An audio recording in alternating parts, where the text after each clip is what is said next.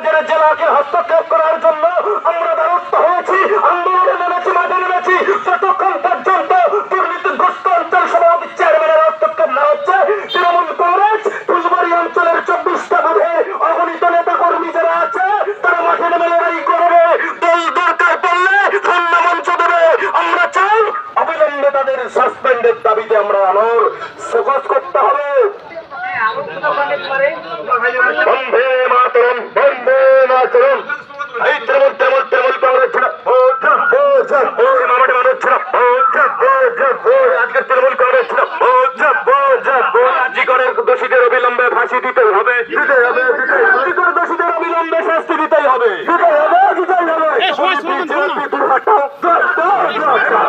BJP দূর হটাও। ফুলবাড়ির বিজেপির হাতটা ভেঙে দাও, গুড়িয়ে দাও। ফুলবাড়ি হারমাত বিজেপির হাতটা ভেঙে দাও, গুড়িয়ে দাও।